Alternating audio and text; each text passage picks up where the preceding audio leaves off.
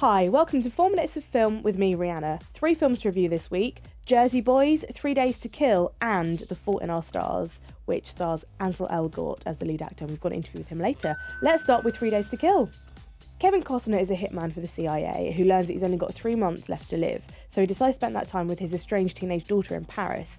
Amber Heard then turns up as a sexy CIA agent and gives him one final job to do in exchange for a miracle cure.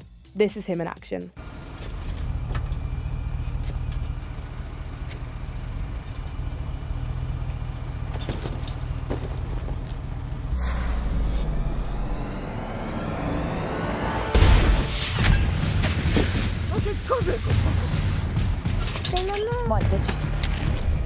This really is a terrible film. I wanted it to end as soon as it had started. It's a ridiculous premise and it's even more poorly executed. I'm just really fed up of these films that have older Secret Service men.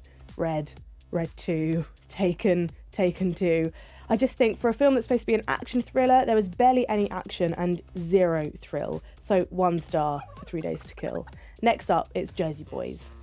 This is the musical of how Frankie Valli and the Four Seasons came to be. They were nearly in the mob, but they ended up being one of the biggest selling musical groups of all time. And their story weirdly involves a young Joe Pesci. Tommy, this is Bob Gaudio, the guy I was talking about. Tommy DeVito, Bobby. I run the group.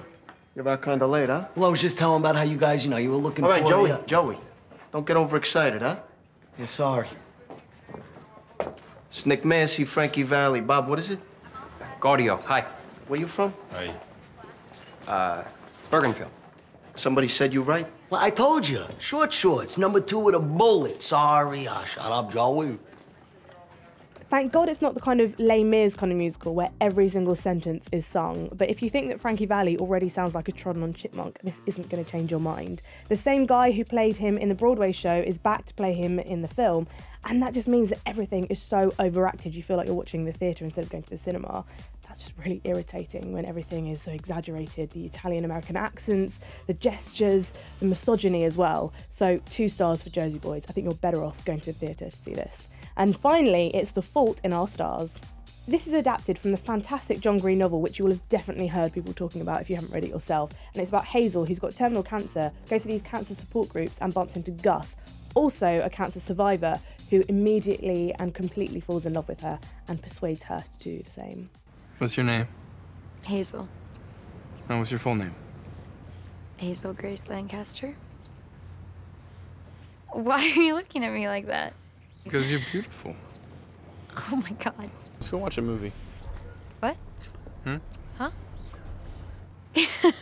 This stars Shailene Woodley, who's a fantastic young actress, stars in Divergent, and Ansel Elgort, who played her brother in that, plays her boyfriend in this. When I caught up with him, I asked him how he was handling all the fame and the success. Recently, it's been this whole change in my life has been kind of scary, and a lot of people in my family and stuff are being contacted all the time, and emailed and called, and oh, I just saw Ansel in this movie and all this stuff, and I feel bad for them, and it shakes me a little bit because it's like they're getting all this attention sometimes unwanted because of me, and I don't want to affect anyone negatively, especially my loved ones or my family. At the same time, my life is amazing right now, and I'm so lucky and I'm so fortunate, but obviously all this change right now is scary. This film completely and unapologetically wants to make you cry, and when the filmmakers are that determined, you probably will.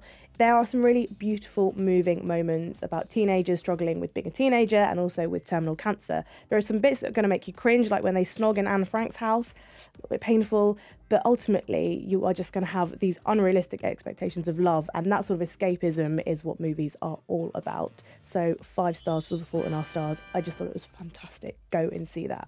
Next week, I'll be reviewing Jon Favreau's Chef and Leona Lewis's debut, Walking on Sunshine. Click here to subscribe and catch that then.